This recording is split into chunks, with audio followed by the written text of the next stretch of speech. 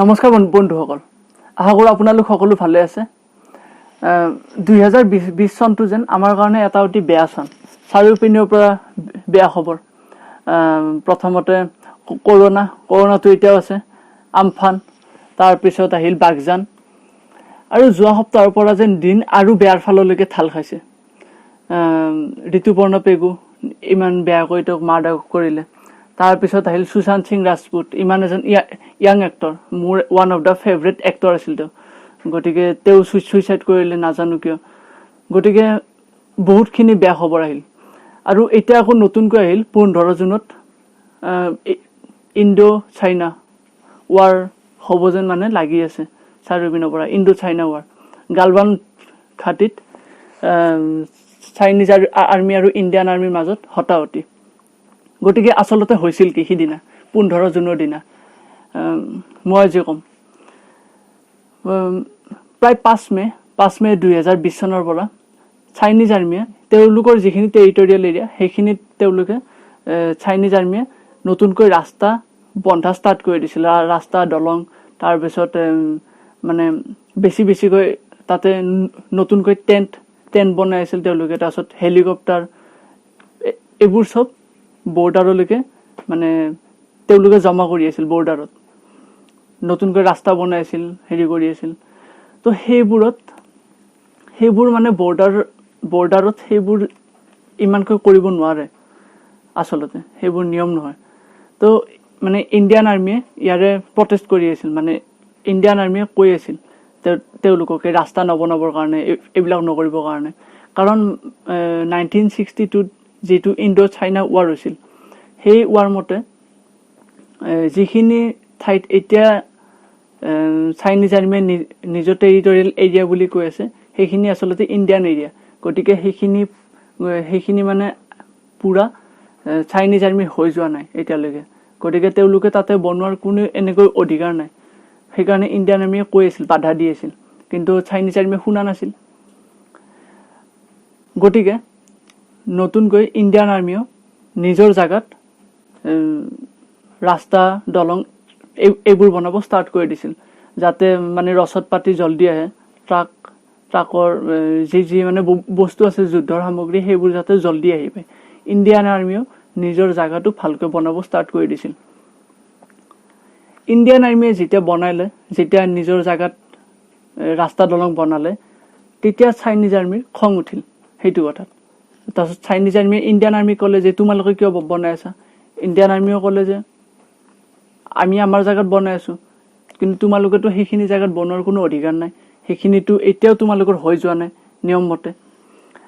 কাৰণ আচলতে হৈছিল কি, মই কথাটো কওঁ যে 1962 যেতিয়া যুদ্ধ হৈছিল, যুদ্ধ হোৱাৰ পিছত এমাহ ধৰিছিল সেই যুদ্ধ হোৱাৰ পিছত LAC মানে লাইন অফ একচুৱেল কণ্ট্ৰল তাতে মানে বৰ্ডাৰ হিচাপে ৰাখি থৈছিল। লাইন অফ একচুৱেল কণ্ট্ৰল বুলি কয় সেই বৰ্ডাৰক। যেনেকৈ পাকিস্তানৰ পিনে LOC বুলি কয়, চাইনাৰ পিনে লাইন অফ একচুৱেল কণ্ট্ৰল। সেয়া টানি দিছিল দুয়োখন চৰকাৰে।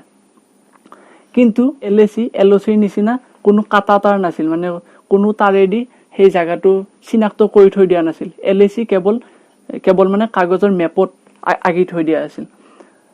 কাৰণ মানে কি, সেইখিনি জাগাত তেনেকুৱা মানে তাঁৰ বহাব, তেনেকুৱা ফেন্সিং কৰাবৰ কাৰণে মানে দিগদাৰ। সেইকাৰণে LAC কেৱল কাগজত আছিল। গতিকে তাৰে সুবিধা ল'লে চাইনিজ আৰ্মিয়ে লাহে লাহে যিখিনি আমাৰ টেৰিটৰিয়েল এৰিয়া তালৈকে সোমাই আহিল। তালৈকে মানে বছৰ ধৰি তেওঁলোকে মানে সোমাই আহিব ধৰে তেওঁলোকে। আৰু সোমাই আহি এনেকৈ মাজে মাজে লাগিয়ে থাকে, কাজিয়া গম পায়। যেনেকৈ 2017 চনত লাগিছিল ডোকলামত, তাৰপাছত আকৌ 2019 চনত লাগিছিল, 2019 চনৰ ছেপ্টেম্বৰত লাডাখতে লাগিছিল চাইনিজ আৰু ইণ্ডিয়ান আৰ্মিৰ। তেনেকৈ মাজে মাজে হতাহতি হৈ আছিল এইটো কথাত যে LACৰ ইপিনে কিয় আহিছা, যিহেতু মানে কাগজত হ'লেওতো LACখন আছে, তথাপি চাইনিজ আৰ্মি মানা নাছিল। গতিকে এতিয়া বৰ্তমান LACটো য'ত আছে, সেই LACৰ মাজত আছে এখন নদী, লাডাখৰে এখন নদীখনৰ সিপাৰে চাইনিজ আৰ্মি, ইপাৰে ইণ্ডিয়ান আৰ্মি। গতিকে নদীখনৰ সিপাৰে চাইনিজ আৰ্মিয়ে ৰাস্তা সেইবোৰ বনাব ষ্টাৰ্ট কৰি দিছিল। তাৰপিছত ৰচদ পাতি মানে ট্ৰাক জমা কৰিছিল, মিলিটেৰী জমা কৰিছিল, নতুনকৈ 5,000 আৰ্মি তাত জমা হৈছিল, চাইনিজ আৰ্মি এতিয়াও আছে। তাৰপিছত হেলিকপ্টাৰ এইবিলাক চব তাত জমা কৰিছিল। গতিকে এইবোৰ কথাতে ভাৰতীয় ইণ্ডিয়ান আৰ্মিয়ে প্ৰতিবাদ কৰিছিল। সিহঁতক কৈছিল যে এইবোৰ কৰিব নালাগে আচলতে, যিহেতু এইখিনি আচলতে তোমালোকৰ এৰিয়াই নহয়। এতিয়া আমাৰ মিলিটেৰী বনোৱা ষ্টাৰ্ট কৰিলে আমাৰ এৰিয়াত, তাতো চাইনিজ আৰ্মিৰ প্ৰতিবাদ, মানে চাইনিজ আৰ্মিৰ খং উঠিল। মাজতে 2 এদিন চাইনিজ উচ্চ পৰ্যায়ৰ বিষয়ে আৰু ইণ্ডিয়ান আৰ্মি উচ্চ পৰ্যায়ৰ বিষয়ৰ মাজত আলোচনা হৈছিল এই কথাটোক লৈ পিনে, ৰাস্তা পদূলি বনোৱা লৈ পিনে। তো তাক সেই আলোচনা মানে কি সফলো হৈছিল। তাতে চাইনিজ আৰ্মিয়ে কৈছিল যে মানে তোমালোকে যে ঠিক আছে, মানে আমি পিছুৱাই যাম, আমি ইয়াতে ৰাস্তা পদূলি নবনাওঁ, সেই বুলি কৈছিল চাইনিজ আৰ্মিয়ে। কিন্তু তথাপিও তেওঁলোকে কথাটোহে কৈছিল, কিন্তু কাম কৰা নাছিল। তেওঁলোকে ৰাস্তা পদূলি বনাই আছিল। এইখিনি কাৰণে 15 জুনৰ দিনা কৰ্ণেল সন্তোষ বাবুৱে নিজৰ লগত এটা মিলিটেৰী টিম লৈ চাইনিজ টেৰিটৰীত আলোচনা কৰিবৰ কাৰণে সোমাইছিল। লাষ্ট বাৰৰ কাৰণে, মানে কি আৰু ইমানখিনি আলোচনা হৈ গ'ল, তেওঁলোকে শুনা নাছিল। গতিকে আকৌ এবাৰ আলোচনা কৰিবৰ কাৰণে কৰ্ণেল সন্তোষ বাবু তেওঁলোকৰ কেইজনমান আৰ্মিৰ লগত তালৈকে গৈছিল। যেতিয়া গৈছিল, তাতে এটা নিয়ম আছে LACত, মইতো কোৱাই নাই। LACত এটা নিয়ম আছে যে যদি LACত যদি কোনোবা সেনা, এইটো 45 বছৰ আগৰ পৰা এই নিয়মটো চলি আহিছে, যদি কোনোবা সেনা LACৰ ওপৰত পেট্ৰলিং দিব যায়, মানে LAC যদি পাৰ হৈ পিনে ইফালে যায় নাইবা সিপাৰৰ পৰা ইফালে আহে, তেতিয়াহ'লে লগত কোনো অস্ত্ৰ দুয়োপক্ষৰ সেনাই ল'ব নোৱাৰিব। যদি কোনো আলোচনাৰ কাৰণে মিলিত হয় ন LACৰ ওপৰত, তেতিয়াহ'লে অস্ত্ৰ নিজৰ লগত ল'ব নোৱাৰিব। মানে কোনো বন্দুক নাইবা গুলি এইবিলাক থাকিব নোৱাৰিব, বম এইবিলাক থাকিব নোৱাৰিব। গতিকে ইয়াৰ পৰা যেতিয়া কৰ্ণেল গৈছিল, কৰ্ণেল সন্তোষ বাবু আলোচনা কৰিবৰ কাৰণে, তেওঁ নিৰস্ত্ৰ হৈ পিনে গৈছিল। কোনো পিষ্টল নিয়া নাছিল, কোনো গুলি বম এইবিলাক একো নিয়া নাছিল। গতিকে ইয়াৰে সুযোগ ল'লে চাইনিজ আৰ্মিয়ে কৰিলে কি, যিহেতু অস্ত্ৰ ল'ব নোৱাৰি, এগ্ৰিমেণ্ট আছে, তেওঁলোকে কাঠত ফেন্সিং তাঁৰ, কাঁইটীয়া তাঁৰ মেৰিয়াই, তাৰপিছত লোহাৰ ৰড, তাৰপাছত শিল পাথৰ এইবিলাক, তাৰপাছত আকৌ গজাল লগোৱা কাঠ, সেইবিলাক মানে কি নিজৰ লগত ৰাখিছিল, যাতে যেতিয়া কৰ্ণেল আলোচনাৰ কাৰণে আহে তেতিয়াই যাতে কৰ্ণেলক আক্ৰমণ কৰিব পাৰে। এইটো মানে প্লেন আছিল চাইনিজ আৰ্মিৰ আগৰ পৰাই। যেতিয়া কৰ্ণেল গ'ল, তেতিয়াই চাইনিজ আৰ্মিয়ে সেইবিলাকেৰে লোহাৰ ৰড, তাৰপিছতে কাঁইটীয়া তাঁৰ এইবিলাকেৰে কৰ্ণেলৰ লগত হতাহতি কৰিব ধৰিলে, মানে কৰ্ণেলক আক্ৰমণ কৰিলে। গতিকে কৰ্ণেলৰ টিম তেওঁলোক অপ্ৰস্তুত আছিল। তেওঁলোকে ভবা নাছিল যে এনেকুৱা আক্ৰমণ তেওঁলোকৰ লগত হ'ব। কৰ্ণেলৰ টিম খুব বেয়াকৈ ইনজিয়ৰ্ড হ'ল। তাৰপিছত তেওঁৰ লগত বাকী আৰু যিকেইজন আছিল তেওঁলোকো হ'ল। তাৰপিছত ইয়াৰে খবৰ যি মানে ইণ্ডিয়ান মিলিটেৰী ইয়াতে যিকেইটা ট্ৰুপ আছিল তালৈকে গ'ল, যিকেইটা চকী আছিল তালৈকে গ'ল। তাৰপিছত ইয়াৰ পৰা মিলিটেৰী গ'ল, আকৌ গৈ প্ৰায় 3 ঘণ্টা ধৰি LACৰ ওপৰত দুয়োপক্ষৰ সেনাৰ মাজত হতাহতি মানে কি ঘুচি, তাৰপিছত এইবিলাক লোহাৰ ৰডেৰে মাৰামাৰি এইবিলাক হ'ল। এইবিলাকৰ পিছত প্ৰায় 3 ঘণ্টাৰ পিছত ইণ্ডিয়ান আৰ্মিৰ পৰা এজন উচ্চ পৰ্যায়ৰ বিষয়া গ'ল, চাইনিজ আৰ্মিৰ পৰাও এজন আহিল। তাৰপিছত যুদ্ধখন কিবাকৈ শেষ হ'ল, হতাহতিখন কিবাকৈ শেষ হ'ল 3 ঘণ্টাৰ পিছত। যেতিয়া যুদ্ধখন শেষ হ'ল, তাৰপিছত নদীখনৰ পৰা ইণ্ডিয়ান আৰ্মিয়ে বহুতকেইটা ডেড বডি পালে ইণ্ডিয়ান আৰ্মিৰ। তাৰপিছত আকৌ কেইজনমান ইণ্ডিয়ান আৰ্মিক চাইনিজ আৰ্মিয়ে বন্ধকত ৰাখি থৈ দিছিল। কিন্তু লাহে লাহে তেওঁলোককো চাইনিজ আৰ্মিয়ে মুকলি কৰি দিলে। প্ৰথমতে এইটো বাতৰি আহিল যে 3জন ইণ্ডিয়ান আৰ্মিৰ মৃত্যু হৈছিল, কিন্তু কেইজনমান খুব বেয়াকৈ ইনজিয়ৰ্ড হৈছিল। লাহে লাহে মৃতকৰ সংখ্যা 20লৈকে বৃদ্ধি হ'ল। সিপিনৰ পৰাও মানে কি ইণ্ডিয়ান আৰ্মিৰে এইটো খবৰ যে চাইনিজ আৰ্মিৰো 43 মানে 43 জন চাইনিজ আৰ্মি মৰিছে নাইবা একদম গুৰুতৰভাৱে ইনজৰ্ড হৈছে। চাইনাৰ ফালৰ পৰা এইটো খবৰ আহিল যে ইণ্ডিয়াই হেনো তেওঁলোকৰ লগত প্ৰথমতে লাগিব গৈছিল। ইপিনে ইয়াৰে গোটেইখিনি ছেটেলাইট ফুটেজ আছিল আৰু গোটেইখিনি ছেটেলাইট ফুটেজত এইটো ধৰা পৰিল যে নহয় চাইনিজ আৰ্মিয়ে প্ৰথমতে ইণ্ডিয়ান আৰ্মিৰ লগত লাগিছে। লাহে লাহে এই গোটেই খবৰটো বনজুইৰ দৰে চাৰিওপিনে বিয়পি পৰিল। লাহে লাহে ইণ্ডিয়ান নিউজ চেনেলতো আহিল। প্ৰতিৰক্ষা মন্ত্ৰী ৰাজনাথ সিঙলৈকেও এই খবৰটো গ'ল। ৰাজনাথ সিঙে লগে লগে 16 জুনৰ দিনা উচ্চ পৰ্যায়ৰ মিটিং এখন বহালে আৰু তাতে তেওঁ যিখিনি মানে প্ৰতিৰক্ষাৰ লগত জড়িত ব্যক্তিসকল আছিল, মূল ব্যক্তি জেনেৰেল, তাৰপিছত এয়াৰ মাৰ্শ্বেল, এওঁলোকৰ লগত কথা পাতিলে আৰু কথা পতাৰ পিছত বৰ্তমান তেওঁলোকে গালৱান ঘাটিৰ পিনে সেনাৰ সংখ্যা বঢ়াই দিছে। এতিয়া যিখিনি আমাৰ দেশৰ ডিফেন্স এক্সপাৰ্টখিনি আছে, সেই এক্সপাৰ্টৰ মতে এই যুদ্ধৰ 3টা মেইন কাৰণ আছে। ইয়াৰে প্ৰথম কাৰণটো হৈছে গমে পালে যে ৰাস্তা নিৰ্মাণৰ কাৰণে। ছেকেণ্ড কাৰণ হৈছে ইকনমিক ৰিজন। চাইনাৰ যিটো চেন্ট্ৰেল বেংক আছে, পিপলছ বেংক অফ চাইনা, সেই বেংকটোৱে বৰ্তমান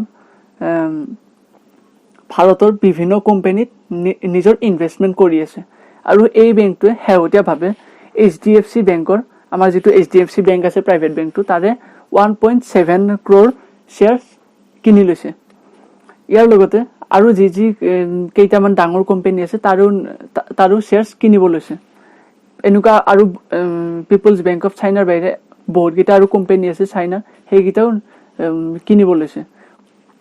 কেৱল ভাৰতে নহয়, তেওঁলোকে টাইৱানতো ইকনমিকেলি বৰ্তমান নিজৰ মানে ব্যৱসায়িক যিখন সাম্ৰাজ্য, বিজনেছ এম্পায়াৰখন, সেইখন বঢ়াব লৈছে।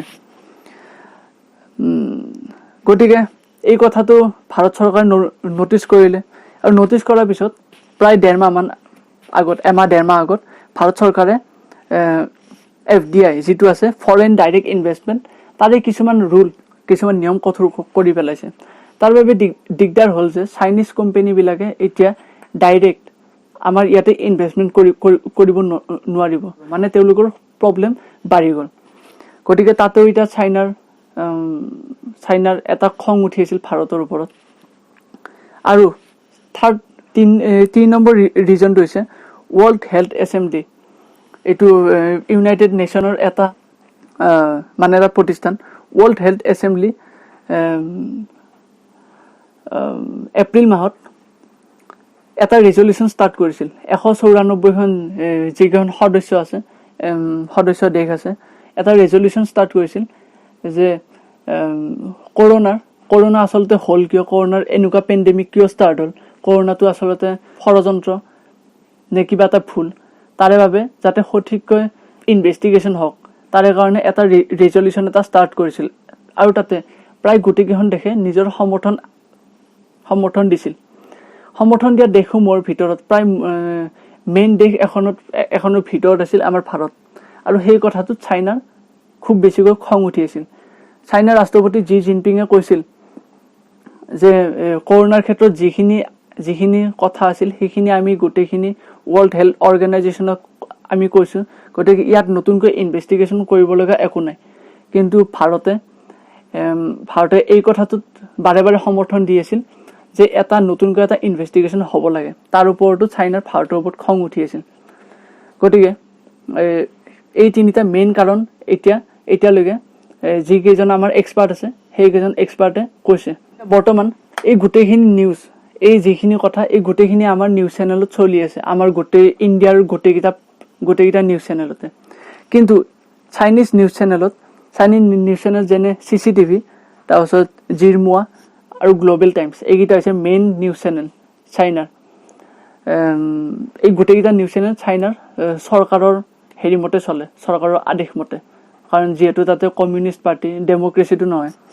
গতিকে এই নিউজ চেনেল কেইটাই গালৱান ঘাটিত যিখিনি হ'ল তাকে লৈ পিনে কোনো নিউজ চলোৱা নাই আৰু চাইনাৰ কেইজন মিলিটাৰী মৰিল কেইজন মিলিটাৰী ইনজিয়ৰ্ড হ'ল তাকে লৈ কোনো নিউজ চেনেল নাইবা কোনো আপডেট দিয়া নাই চাইনাৰ যিটো ছ'চিয়েল মিডিয়া চাইটছ উইবো এইটো চাইনাৰ এটা ছ'চিয়েল মিডিয়া চাইটছ তাত আমাৰ ফেচবুক হোৱাটছআপ এইবিলাক নচলে তো উইবোটো ইয়াৰ কোনো আপডেট অহা নাই বৰ্তমান এতিয়া চলি আছে যে বয়কট চাইনা প্ৰডাক্ট গতিকে মই কওঁ যে ভাৰতে মিডিল ইষ্টৰ পৰা সকলোতকৈ বেছিকৈ বস্তু ক্ৰয় কৰে বস্তু আমদানি কৰে আৰু সেকেন্ড পজিশনত আছে চাইনাই কৰে কি চাইনাই ইয়াতে বস্তু বেচে কিন্তু বস্তু ইমান নিকিনে চাইনাই আমাৰ ৰপ্তানি কৰা বস্তুৰ পৰা মাত্ৰ 9% বস্তুৱে মাত্ৰ 9% বস্তুৱে চাইনাই কিনে গতিকে এতিয়া বৰ্তমান এইটো লাগি আছে যে বয়কট চাইনা প্ৰডাক্ট আৰু যিমান পাৰি সিমান সোনকালে চাইনাৰ প্ৰডাক্টবোৰ বন্ধ কৰিব লাগে গতিকে এইটো হৈছে এটা সুযোগ যে চাইনাক আমি শিক্ষা এটা আমি দিব লাগে যিকেইজন মিলিটাৰী শহীদ হ'ল আমাৰ তেওঁলোকৰ যাতে বলিদান ব্যৰ্থ নাযায় মই তাৰে আশা কৰোঁ তেওঁলোকৰ এই বীৰ শহীদ কেইজনৰ আত্মা য'তে আছে তেওঁলোকে যাতে চিৰশান্তি লাভ কৰক বীৰ শহীদ কেইজনক মই ইয়াৰ পৰাই শ্ৰদ্ধাঞ্জলি জ্ঞাপন কৰিলোঁ জয় হিন্দ জয় ভাৰত